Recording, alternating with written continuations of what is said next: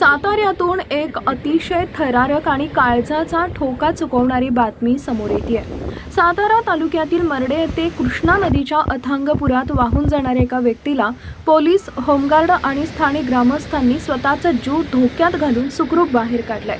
मृत्यूच्या दाढेतून या व्यक्तीला बाहेर काढल्याची माहिती समोर आली आहे। मर्ढे आणि आणेवाडी गावाला जोडणाऱ्या पुलावर सध्या कृष्णा नदीचं पाणी वाहतं।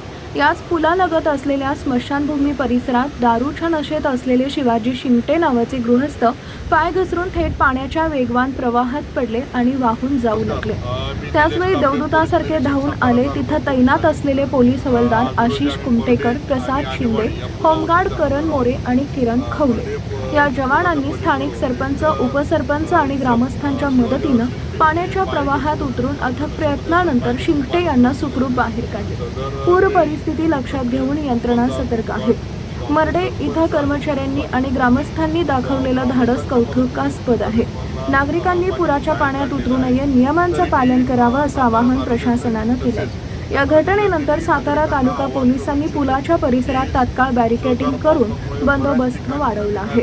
शिवशाही न्यूज सर्व नागरिकांना आवाहन करते की अशा पूरस्थितीत नदी किंवा पुलाच्या धोकादायक परिसरात जाणं टाळा आणि प्रशासनाला सहकार्य करा। शिवशाही न्यूज प्रतिनिधी शुभम कोदे। नमस्कार, मी निलेश कांबळे, पोलीस निरीक्षक, सातारा तालुका पोलीस ठाणे। आज रोजी आम्ही मर्ढे आणि आणेवाडी या पुलावरती हजर आहोत। मर्ढे पुलाच्या पलीकडून एक इसम शिवाजीराव शिंदे हे पाय घसरून पाय घसरून पाण्यात पडलेले होते।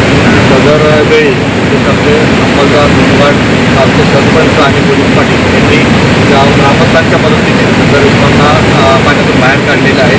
तरी मी सातारा तालुक्याचे तसेच सातारा जिल्ह्यातील नागरिकांना आवाहन करू इच्छितो की मुसळधार पावसामुळे बऱ्याच ठिकाणी नदी नाले ओसंडून वाहत आहेत, पुलांवरून पाणी गेलेलं आहे। तरी कुणीही आपल्या हलगर्जीपणा करू नये आणि जर पुलावरून पाणी गेलं असेल तर त्याच्यामधून गाडी चालू नये अथवा पायीसुद्धा चालून जाऊ नये। ताज्या घडामोडी जाणून घेण्यासाठी शिवशाही न्यूज यूट्यूब चॅनलला सबस्क्राईब करा। आपण हा व्हिडिओ फेसबुकवर पाहत असाल तर फेसबुक पेज फॉलो करा आणि शिवशाही न्यूज.com या आपल्या वेबसाईटलाही भेट द्या।